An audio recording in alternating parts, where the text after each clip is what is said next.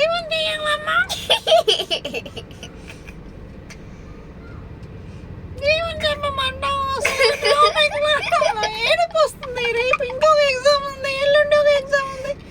చదువుకోవాలి, నేను డ్రాప్ చేయాలి, పికప్ చేసుకోవాలి. బాబోయ్,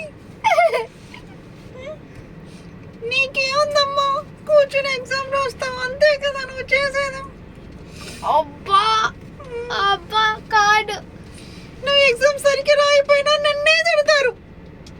నువ్వు నోట్బుక్ తీసుకురాకపోయినా నన్నే తిడతారు. నువ్వు ఫస్ట్ క్లాస్ లో పాస్ అయ్యి వచ్చినప్పుడు అంతా నిన్ను తిట్టలేదు.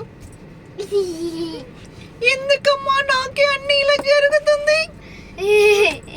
నేను చదువుకుంటున్నానా ఏంటి? నా పని ఓన్లీ ఫీజు కట్టడమే కదా.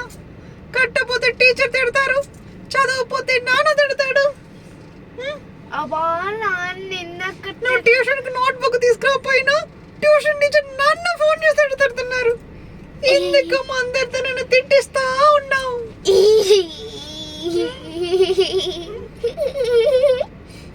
నా వల్ల కాదండి, నా వల్ల కాదు, నా వల్ల కాదండి, నా వల్ల కాదు. నేను మా అమ్మ వాళ్ళ ఇంటికి వెళ్ళిపోతా. అమ్మా